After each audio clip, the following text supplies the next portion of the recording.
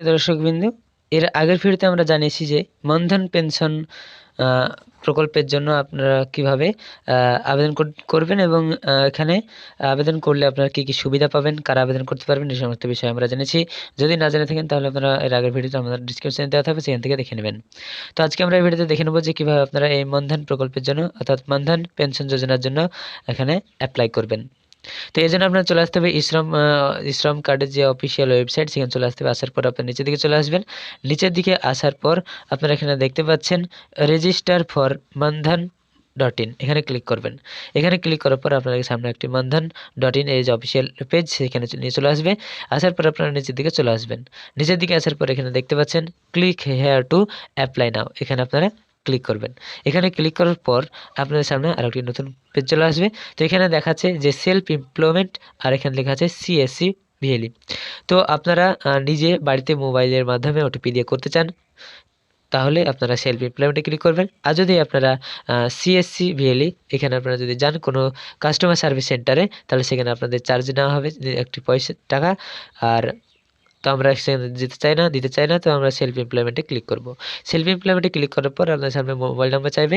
তো আপনারা আপনার নিজের মোবাইল নম্বরটা এখানে বসিয়ে দিবেন, তারপরে ওটিপি দিয়ে দিবেন। তারপরে আপনারা প্রসিডে ক্লিক করবেন। প্রসিডে ক্লিক করার পর আপনাদের যে নাম, এই সমস্ত কিছু দেওয়ার পর ওটিপি দিয়ে দিবেন।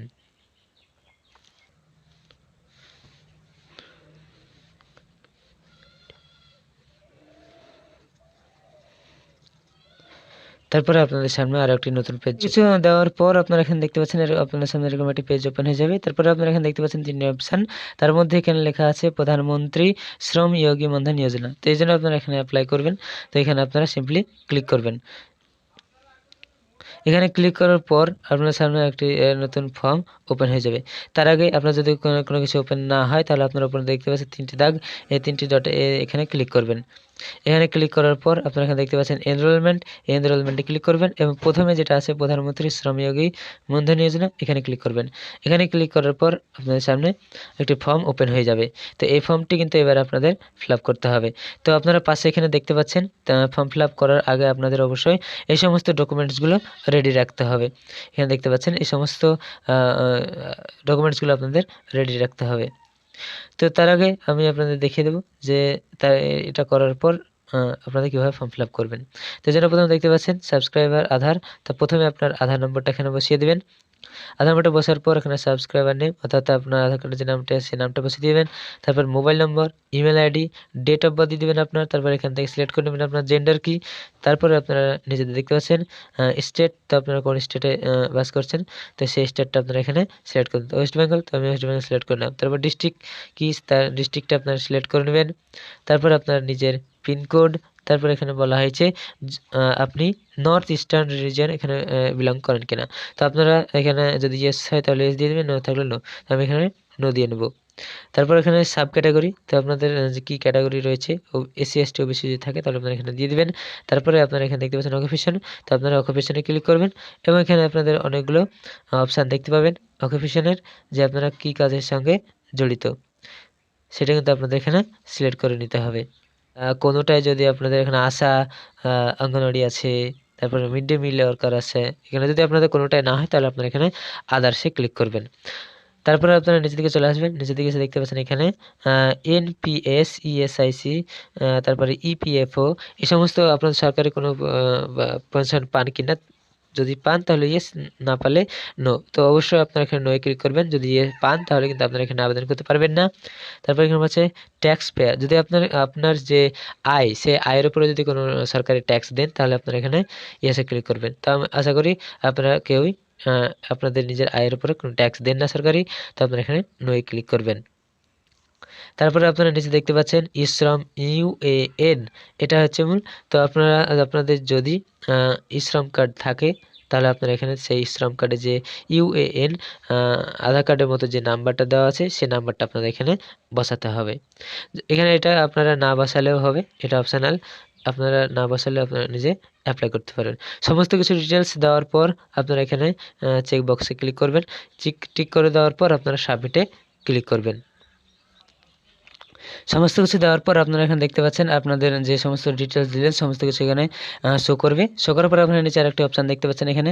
তো এখানে দেখতে পাচ্ছেন যে ভেরিফাই ইউজিং বায়ো অথরাইজেশন। তো আপনারা এখানে আপনাদের যে আঙুলের ছাপ দিয়ে আপনারা এখানে করতে পারেন, ভেরিফাই করতে পারেন। আবার এখানে ওটিপি দিয়ে করানো আছে, যেটা আমরা করব এখানে। তো মোবাইলের মাধ্যমে আপনারা নিজে বাড়ি থেকে আপনারা IRIS অর্থাৎ আপনাদের চোখের রেটিনা দিয়ে যদি করতে চান ভেরিফাই, তাহলে আপনার এখানে আলাদা ডিভাইস লাগবে। তো সেই ডিভাইসের মাধ্যমে আপনারা করতে পারেন। তারপরে ওটিপিতে ক্লিক করব। ওটিপিতে করার পর আপনারা ভেরিফাই ইউজিং বায়ো অথরাইজেশনে ক্লিক করব।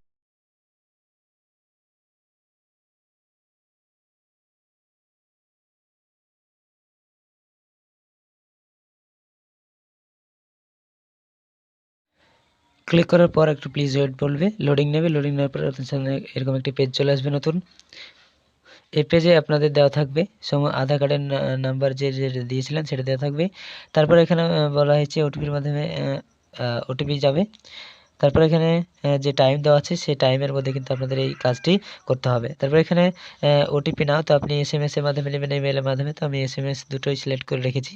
তবে SMS এর এখানে ক্লিক করার পর উপর দিকে দেখতে পাচ্ছেন একটি চেক বক্স আছে, সেই চেক বক্সে আপনাদের ক্লিক করতে হবে। সেই চেক বক্সটা টিক করে দেওয়ার পর আপনারা জেনারেট ওটিপিতে ক্লিক করবেন।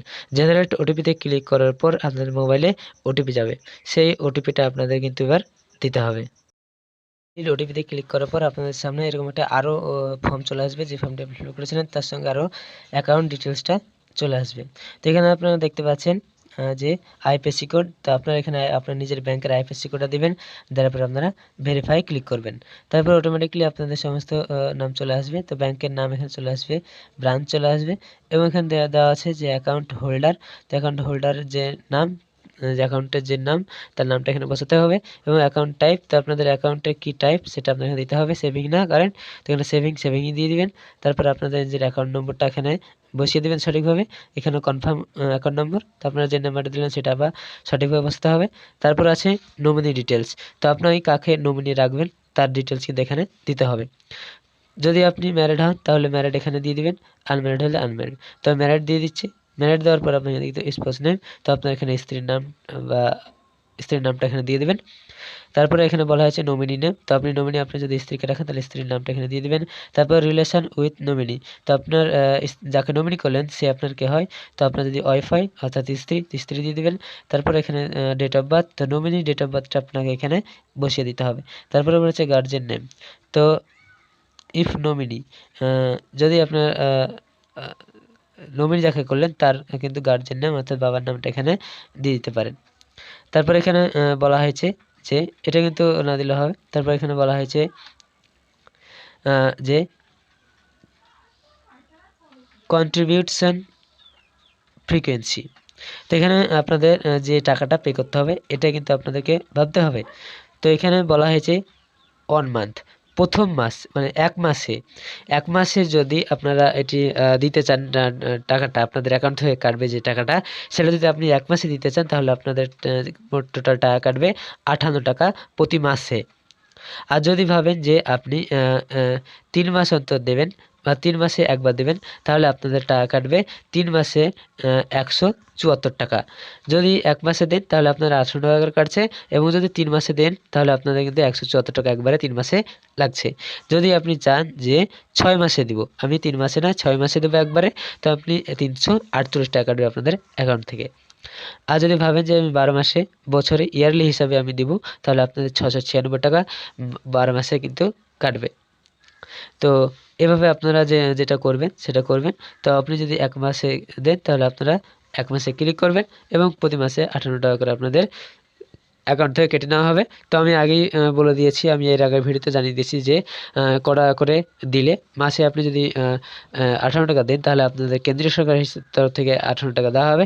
দুটোকে যোগ করে কিন্তু মাসে যত টাকা হচ্ছে সেই টাকাটি কিন্তু আপনাদের মাসে দেওয়া হবে, এবং সেই টাকাটি আপনাদের যখন বয়স পুজে যাবে 60 বছর, তারপরে কিন্তু আপনাদের যে একটি পেনশন, সেই পেনশনটা আপনাদের 3,000 টাকা শুরু করে 6,000 টাকা পর্যন্ত আপনাদের দেওয়া হবে। সমস্ত কিছু দেওয়ার পর আপনারা এখানে 1 মাসে আমি দেবো, তো 1 মাসে সিলেক্ট করে নেওয়ার পর আমি এখানে চেক বক্স আছে, এই চেক বক্সে ক্লিক করব। চেক বক্সে ক্লিক করার পর আপনারা এখানে দেখতে পাচ্ছেন সাবমিট অ্যান্ড প্রসিডে আপনাদের ক্লিক করতে হবে। সাবমিট অ্যান্ড প্রসিডে ক্লিক করার পর আপনার সামনে আরও একটি নতুন পেজ চলে আসবে। তো আমি সম্পূর্ণ ফর্মটা ফিল আপ করে নিব। সমস্ত কিছু ফিল আপ করার পর আপনি যখন সাবমিটে ক্লিক করবেন, সাবমিটে ক্লিক করার পর আপনার সামনে এরকম একটি সাকসেসফুলি মেসেজ চলে আসবে, দেখতে পাচ্ছেন। তারপরে আপনাদের এখানে যে কাজটি করতে হবে, এখানে বলা হয়েছে প্রিন্ট এখানে ফর্ম, তো এই ফর্মটা আপনাদের প্রিন্ট করতে হবে। তো দেখতে পাচ্ছেন এখানে বলা হয়েছে অ্যাডিশনাল ডিটেলসের মধ্যে এখানে বলা হয়েছে যে গার্জেন নেম, তো আপনার এখানে গার্জেন নেমটা এখানে বসিয়ে দিবেন।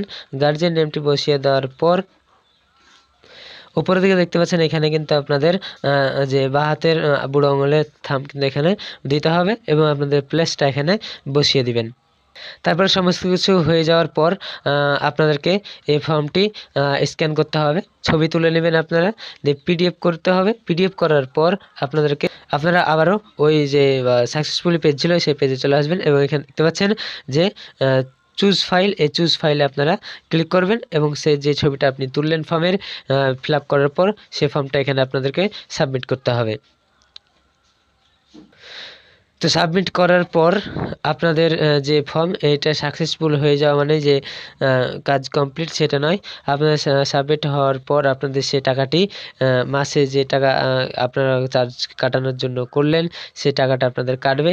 তারপরে কিন্তু আপনাদের এই ফর্মটি গ্রহণ করা হবে এবং আপনারা মাসে মাসে টাকা দিতে হবে। তারপরে আপনারা যে পেনশন সেই পেনশনটা কিন্তু এককালীন পাবেন।